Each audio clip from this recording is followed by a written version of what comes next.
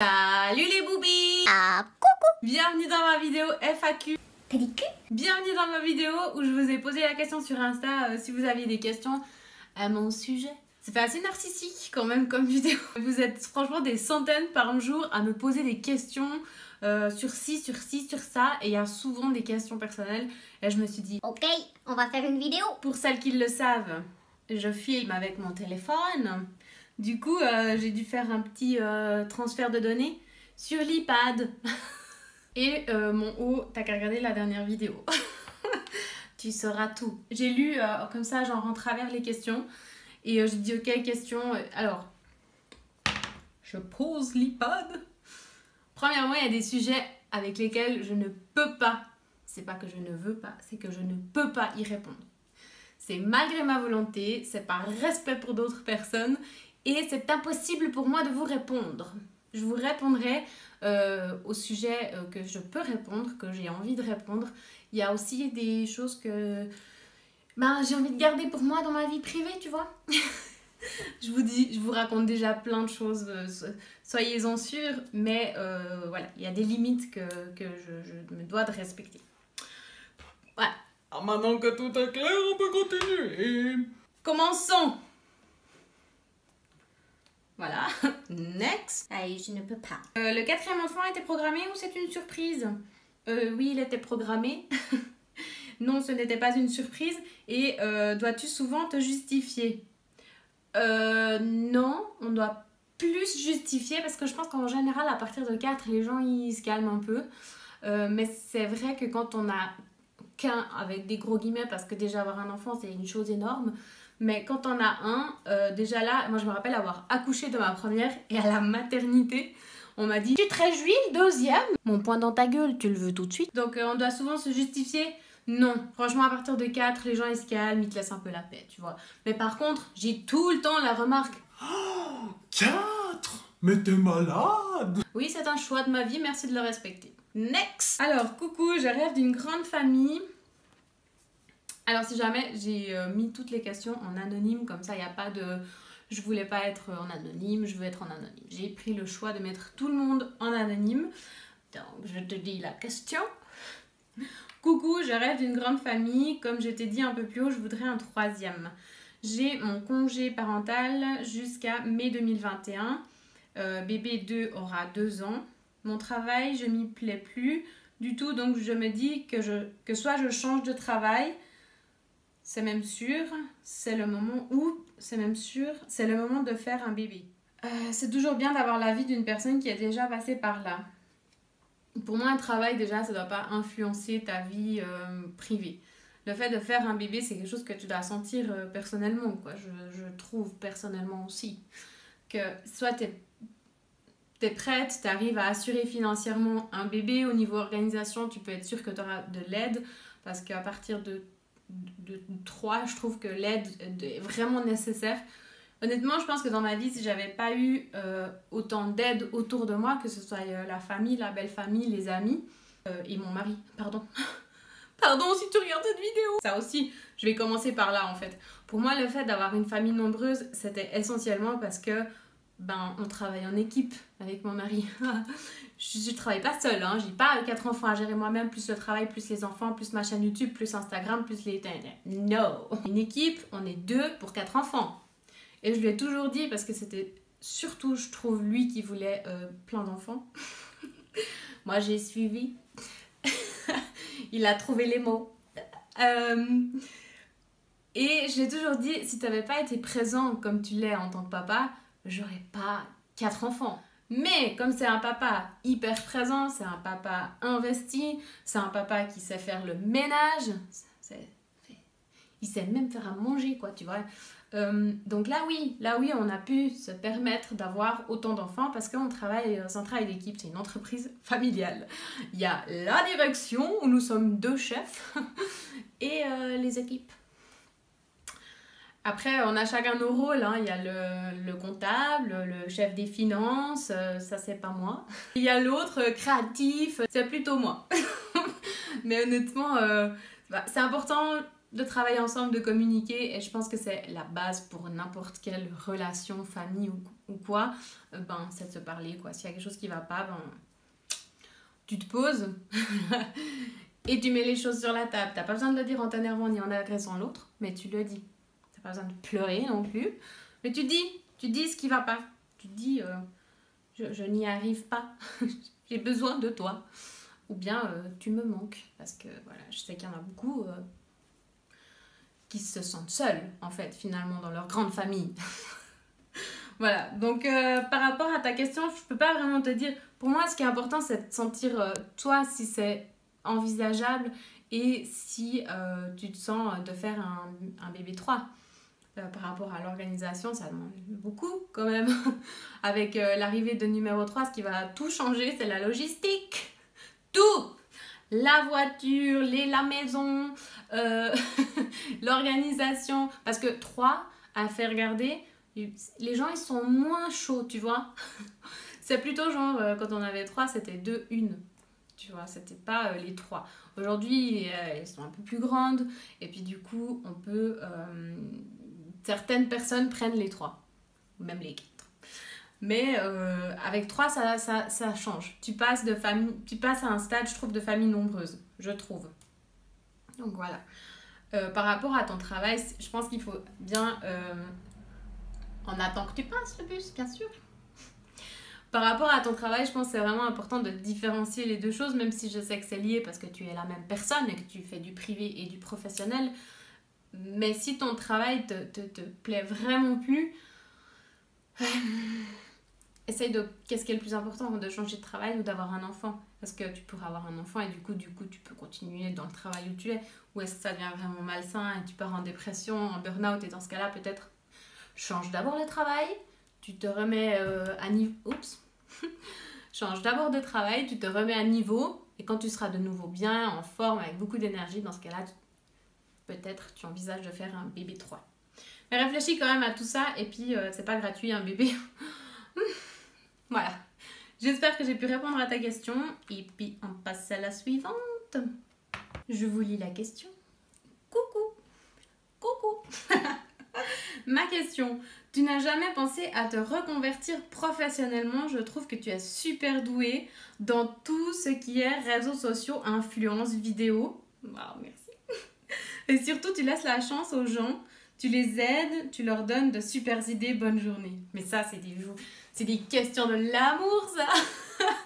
Alors, première info, premier scoop, c'est que j'ai reconvertir professionnellement, peut-être un petit peu en tout cas. À partir de octobre, j'aurai un 10% qui sera consacré uniquement à Mademoiselle Karine. Oh my god! Oui! Je me suis dit que j'en avais un petit peu marre de faire des factures à 10h le soir, de faire des téléphones entre deux changements de Pampers. Là, je veux dire téléphone professionnel. Donc, au lieu de prendre du temps sur mes enfants, parce que j'ai envie d'être avec mes enfants, j'allais plutôt diminuer mon autre travail qui consiste à travailler dans les ressources humaines. Donc, je vais diminuer, là au moment où je tourne cette vidéo, je suis encore à 60 et je vais diminuer à 50% et je suis trop heureuse. C'est genre, pour moi, le mois d'octobre, c'est le début d'une nouvelle vie. Même si fondamentalement, il n'y a pas grand-chose qui va changer, mais j'ai l'impression en fait d'avoir tout gagné en diminuant déjà juste ce petit 10%. Donc ta question, elle m'a beaucoup touchée, je l'avais déjà lue, à te reconvertir professionnellement. Et puis oui, alors je sais pas si un jour je ferai que ça. Je pense pas, honnêtement, j'aime bien mon travail et j'aime avoir un pied dans la vraie vie, je sais pas. Mais tu sais, où tu dois te lever le matin, où tu as des collègues de boulot, où... Et puis je les adore, mes collègues de boulot, donc voilà, pour l'instant, c'est pas au menu que j'arrête complètement, mais en tout cas, je vais libérer du temps pour Mademoiselle Karine. Oh, je suis au max. Et puis c'est chou, ton message, tu les aides, tu leur donnes des super idées. Pour moi, c'est vraiment l'essence du début de ma chaîne, en fait. J'adore vous conseiller, j'adore prendre soin de vous, j'ai envie que vous vous sentiez mieux. Tu sais, pour moi, j'ai envie de faire ressortir votre potentiel. C'est pour moi méga important.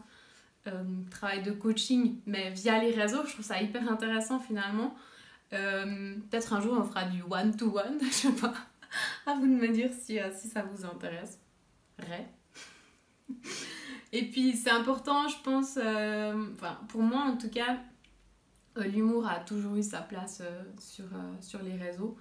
Donc j'avais même pensé, enfin je voulais pendant un long moment faire de la scène.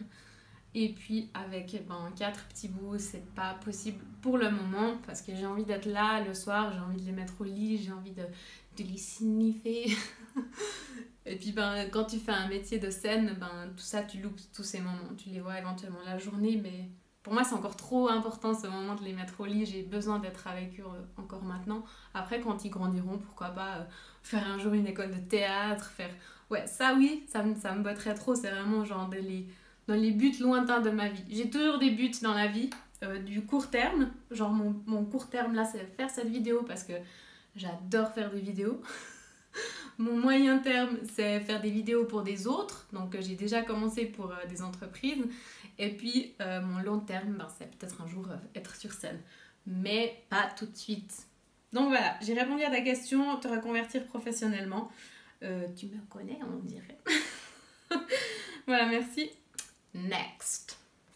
Et oui, j'ai mis des fossiles aujourd'hui. Pourquoi? Pour toi. Il n'y a aucune autre raison particulière. Je suis à la maison toute la journée. Je suis en train de regarder lesquels fossiles sont les meilleurs, si jamais.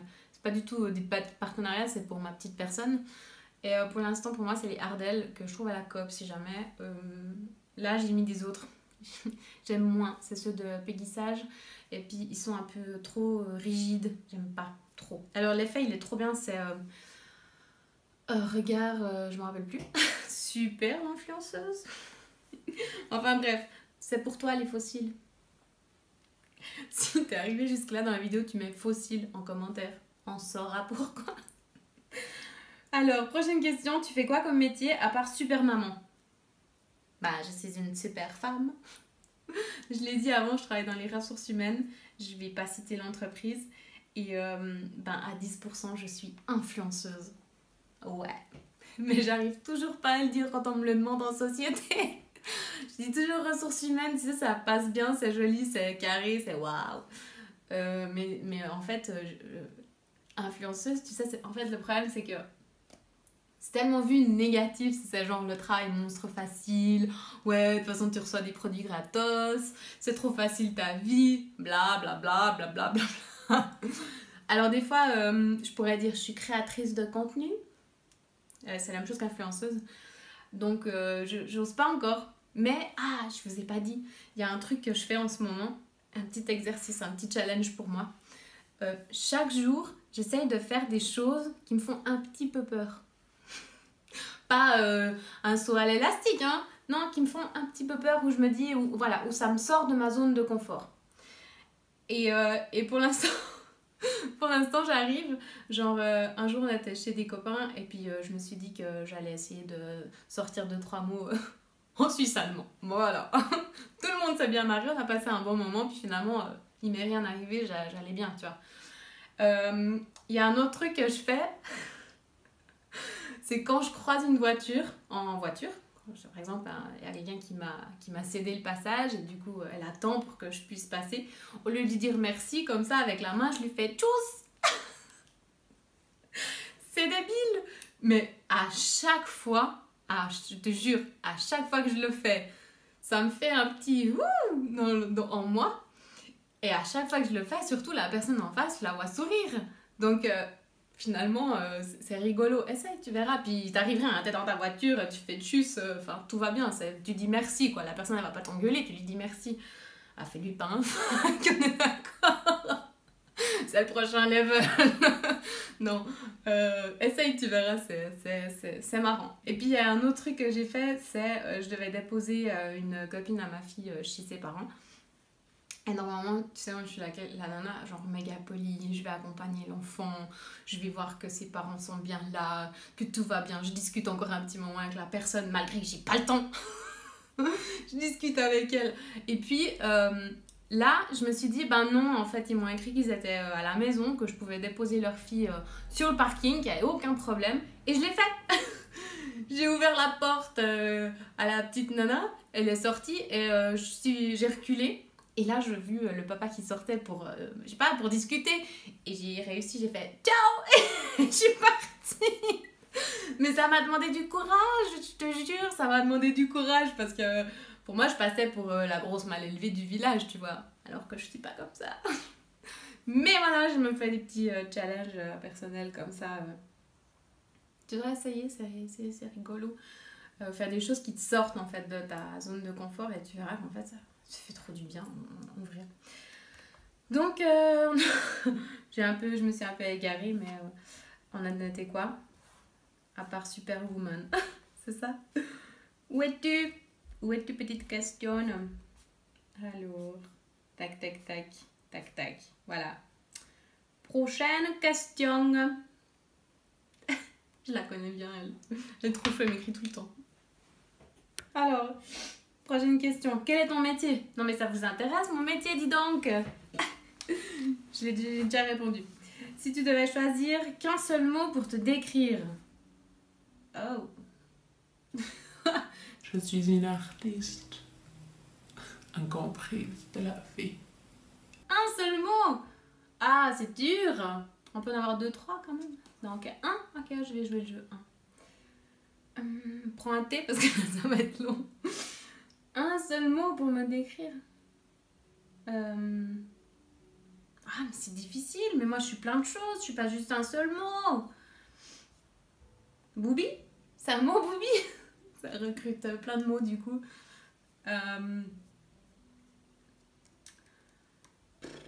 Positive. Positive, ouais, je suis vachement positive. Je crois que si j'étais pas positive, j'aurais pas cette vie, en fait. Donc, positif. Puis du coup, ça englobe énergique, dynamique. Un mot pour ta passion. Moi, je veux pas dire, mais Vanessa, quand même, t'en poses des questions bizarres. Un mot pour ta passion. Amour. Amour, passion. Amour. D'évolution. Ouais. C'est bizarre. C'est difficile. Un mot pour une qualité. Mais pourquoi un mot? Mon Dieu. Un mot pour une qualité. Donc la qualité que je préfère chez quelqu'un, la sincérité. Pour un défaut, donc un défaut que je déteste, ouais, celui-là, l'hypocrisie. Oh. Ah, ça je déteste. Oh, ça j'aime pas. Puis il y en a chez certains, c'est tellement gros que déjà tu dis non. Il y en a c'est plus fin, raffiné, tu sais, où tu dis, tu le remarques après. Ça te fait autant chier, hein, mais tu le remarques plus tard, sur les années. Mais les hypocrites, ouh. Qu'est-ce que j'aime le plus et qu'est-ce que j'aime le moins? Qu'est-ce que j'aime le plus? Manger des chips. Et qu'est-ce que j'aime le moins sur cette terre, tu dis? L'intolérance. Ouais, l'intolérance. Ça sonne bien, l'intolérance. Mais je trouve que c'est tellement important d'être tolérant, non? Mais c'est valable pour tout, hein, que ce soit au niveau de la couleur de peau. Moi, et les gars, il faut que je vous parle de ça quand même. J'étais dans le bus avec ma fille. Et puis, c'était avant le Covid. Hein. Rassure-toi, tout va bien, il n'y a pas eu de mort. J'étais dans le bus avec ma fille et puis en face de moi, il y avait une personne de couleur foncée. Une vieille personne. Une belle personne. Et puis ma fille, elle commence à jouer avec le bouton du bus, tu sais, celui pour les handicapés, là où il ne faut pas toucher. Elle joue avec ça. Et la personne en face, pareil, joue avec elle et lui donne la main. Et ils rigolent ensemble les deux, tu vois. Et là je me suis dit, putain, le racisme c'est quand même dans l'éducation le problème, hein. Parce que il n'y avait pas de problème, hein. C'était tout ok. Et là quand je vois aujourd'hui ce qui se passe dans le monde avec le racisme, qu'on doit faire des manifestations à cause de... Mais ça va ou bien? Franchement, on est en 2020, c'est encore un problème. Et je comprends pas. Hein. Mais c'est valable pour plein de choses. C'est valable pour les personnes handicapées, c'est valable pour les homos, c'est valable pour les personnes qui viennent pas de ton pays. Ah, j'ai de la peine. Franchement, Et pour moi, cette scène-là avec ma fille, ça m'a prouvé que c'était une question d'éducation, en fait, le racisme. Alors, franchement, éduque ton gosse, quoi. Donc, voilà, l'intolérance, pour moi, c'est difficile. J'ai beaucoup de peine avec ça. Je suis intolérante face aux intolérants. Il y a aussi un truc que je déteste, c'est quand mon postier, il vient, je suis à la maison, et il sonne pas, il met un petit billet. Ça me rend folle. Next. J'en étais où? Donc ouais, c'était pour les questions de... Ah bref. Salut, on ne se connaît pas, mais je voulais te dire que ta page est géniale, je la regarde depuis quelques jours, et c'est comme si je te connaissais depuis toujours. Vous êtes plusieurs à me dire ça, c'est trop chou. Merci pour tes conseils, je voulais justement porter une gouttière. Ah ben, fais-le, parce que là, j'ai fini mon traitement, oui. Et pour la gaine, ventre plat aussi. Il n'y a pas de question, mais c'est trop chou. La gaine, vous avez été, je pense, environ 50 à m'écrire que vous osiez pas la mettre parce que ça faisait mémé, ça faisait ci, ça faisait ça. Puis je trouve ça trop dommage en fait parce que tu te mets des barrières parce que ça fait comme ça ou comme ça, alors que peut-être si tu avais testé toute seule, par toi-même, ils en vendent partout, des super jolis, en plus de la dentelle et tout. T'aurais vu que c'est trop bien. Alors des fois, ben, pareil dans tes petits challenges de quotidien, là, des choses que t'oserais pas faire, ben, une fois tu vas t'essayer une gaine, tu vois. Et oui, effectivement, c'est là, ça existe, alors autant en profiter. Et puis si c'est juste parce que t'as peur pour le moment où tu vas faire du... D'ailleurs, j'en ai vu des super jolis chez Etam, à Avry. Et pour celles qui m'ont demandé, je pense à Martine, je pense à Aurélie. Je suis passée chez Etam et j'ai demandé si les bons naf-naf étaient encore valables parce que... Il y en a qui ont encore des bons naf-naf alors que naf-naf ça n'existe plus. Et la vendeuse elle m'a dit que c'était en pourparlers, qu'ils n'avaient pas d'infos jusqu'à maintenant mais que c'était en train d'être discuté. La bonne nouvelle c'est que c'est pas un non mais c'est pas encore un oui. Mais il y a peut-être espoir que vous puissiez utiliser vos bons là-bas si jamais. De rien pour la faute. Alors, next. C'est bon, ça filme encore. As-tu vécu une matrescence à la naissance de tes enfants? Alors, je ne sais pas ce que c'est la matrescence. Est un concept psychologique qui désigne la naissance de la mère. C'est une période transitoire qui se caractérise par un ensemble de bouleversements chez la femme. Cette dernière voit son corps changer, son monde chamboulé et son univers se recentrer sur le nouveau-né.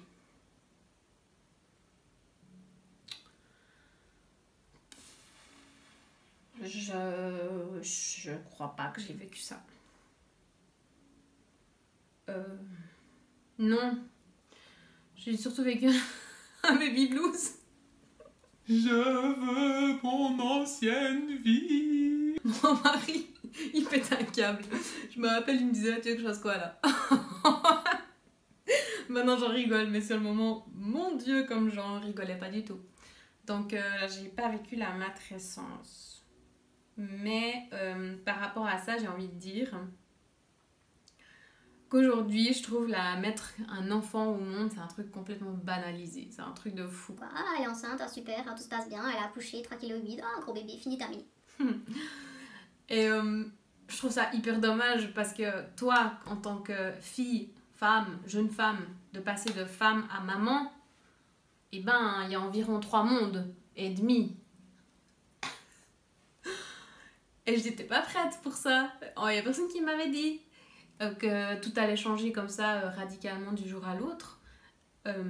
Et j'ai un peu de peine avec ça. J'aurais envie de redonner ce pouvoir, cet honneur à la nouvelle maman et l'entourer, la chouchouter, la féliciter, l'encourager. Et à ce jour, je connais une seule personne qui le fait, c'est Aurélie de Espace Oneida, qui propose des ateliers comme ça. Non, elle ne sait pas que je vais en parler dans cette vidéo. Petit clin d'œil à elle. Je trouve tellement important. C'est Aujourd'hui, t'accouches, voilà, le lendemain, on attend de toi que tu participes à un mariage, que tu fasses des animations, que tu sois pimpé comme jamais.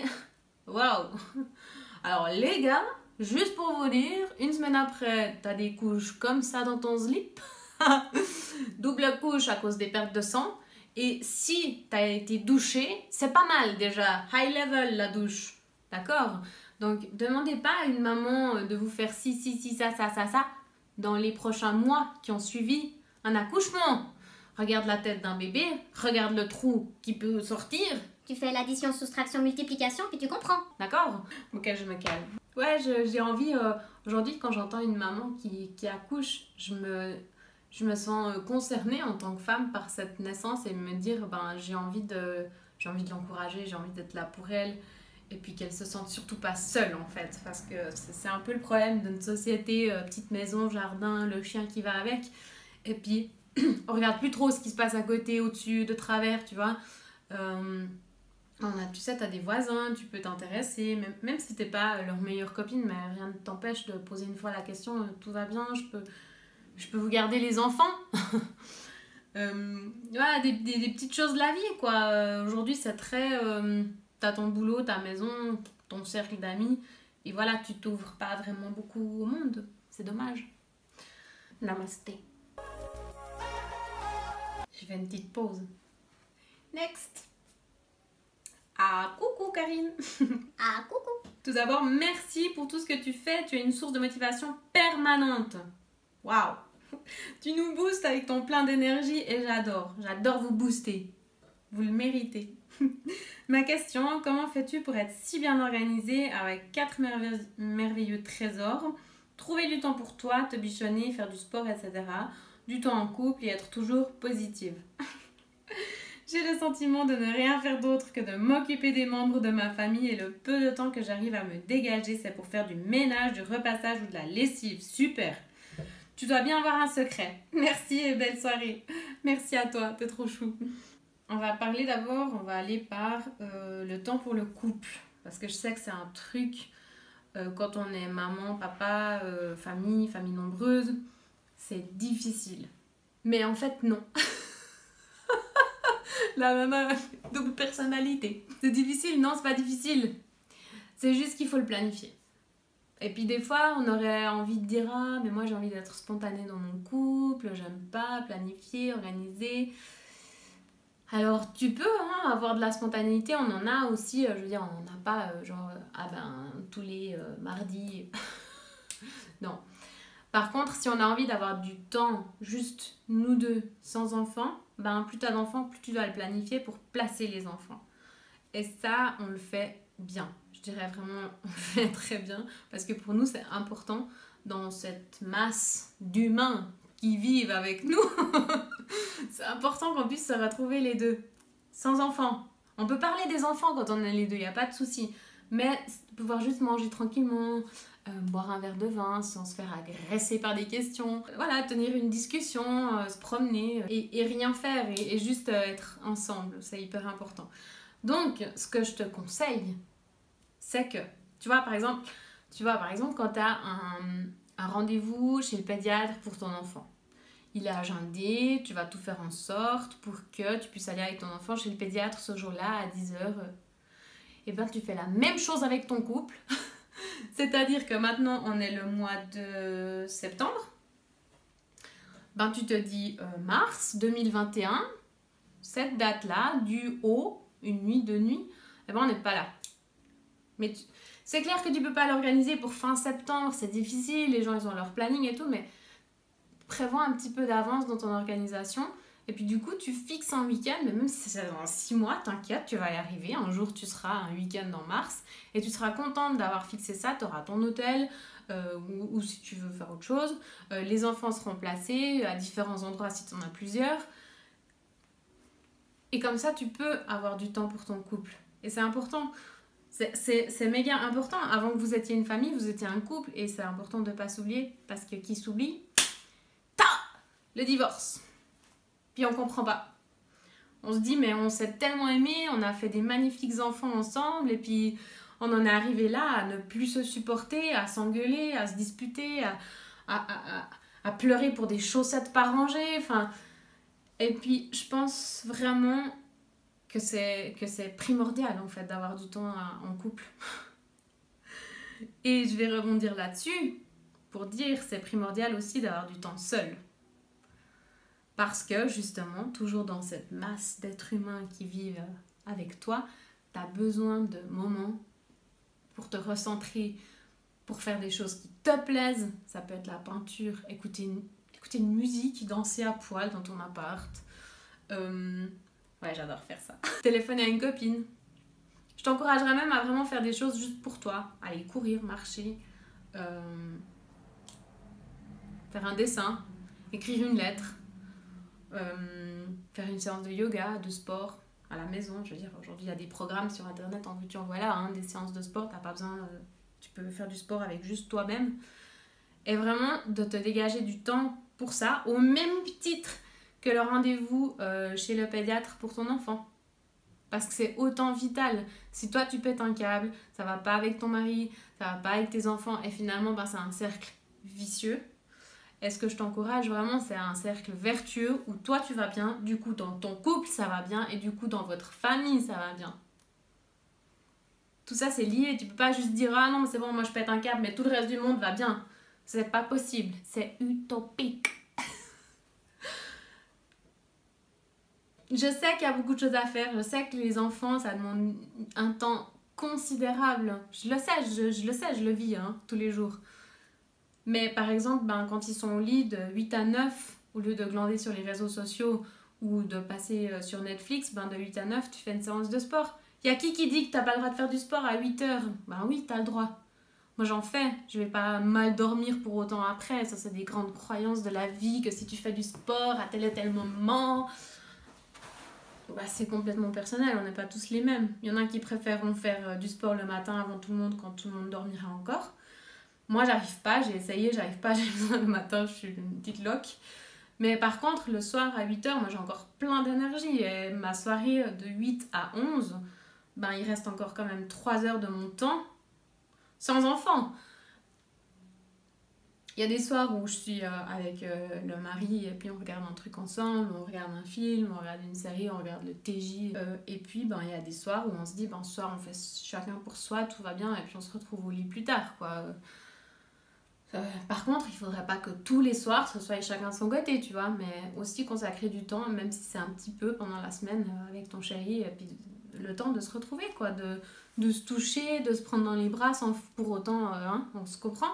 Mais se prendre dans les bras, se poser des questions, comment tu vas, comment ça s'est passé ta journée, ah voilà, on communique, on échange. Et puis si vous avez un qui aime pas trop échanger, qui aime pas trop parler, ça arrive, je sais pas, vous faites un massage des mains, un jeu de société ensemble, voilà, je pense qu'il y a plein de choses que vous pouvez mettre en place vous-même. Sans vous sentir débordé par rapport à votre vie familiale. Par rapport au ménage, chez nous on a un jour où on fait le ménage. C'est vendredi matin. Et là on fait tout. On a une fois par semaine le ménage qui est tout fait, où les enfants, j'en ai deux, non j'en ai qu'une le vendredi matin. Et voilà, elle fait avec moi le ménage parce que cette année j'ai pas réussi à avoir du temps seule pour faire le ménage. Mais c'est aussi important pour elle qu'elle voie qu'on fait un ménage, que ça se fait pas tout seul, qu'elle puisse m'aider à peut-être passer la poussière, passer l'aspirateur et ranger ses affaires. Bien sûr que ça, elle te dira « Ah non, je veux pas ». C'est comme ça. Maman fait le ménage. Papa fait le ménage. Et ça se passe comme ça quand on fait le ménage. Tout est en l'air, on peut pas marcher où on veut parce que certaines fois c'est mouillé par terre. Et puis je pense que c'est méga important qu'ils voient qu'on fait le ménage. Voilà, tout est propre, merci, au revoir, merci. Donc chez nous le ménage c'est une fois, et les lessives on fait aussi pareil, une fois par semaine on fait 3-4 lessives, des fois plus si on a nettoyé par exemple les draps. Ça filme toujours. Je vais regarder 1 minute pour une question. Et c'est une fois par semaine. C'est pas je suis tout le temps en train de faire des lessives et ça s'arrête jamais. Je suis dépassée par les lessives. Non, c'est une fois, on a le Stevie qui est plein, on fait des machines, on les pend, Et puis ensuite, c'est mon mari qui fait le repassage. Mais lui, il aime faire le repassage. En fait, il fait ça devant la télé. On regarde ensemble un film et il fait le repassage à côté de moi. Ou bien, voilà. Donc ça, c'est lui qui fait. Mais c'est une fois, tu vois. Il n'est pas en train de repasser toute la semaine et faire des lessives toute la semaine. Et tu t'en sors plus, quoi. Finalement, tu as l'impression que tu vis dans les lessives et les sacs qui traînent d'habits. Alors là, par contre, ben, c'est clair, il faut une petite discipline que quand tes habits sont secs, ben, ils vont pas se plier et se repasser tout seuls et se mettre dans l'armoire. Tu vois, là, il faut ben, te dire, ben voilà, je consacre une demi-heure, 1 heure à faire ça.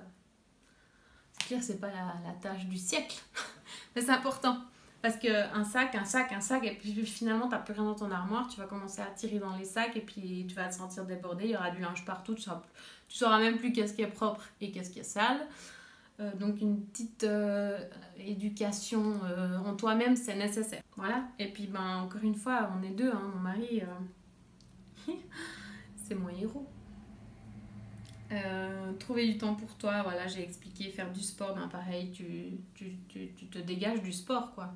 Essaye une fois autrement, puis tu verras que ça marche aussi, puis du coup tu gagnes aussi du temps. Voilà, je vais terminer ici avec les questions, ça fera déjà une longue vidéo. Mais j'aime faire ça, et puis j'aime bien vous donner des conseils, et puis partager ma vie avec vous. Et puis ben, ensemble on avance, quoi.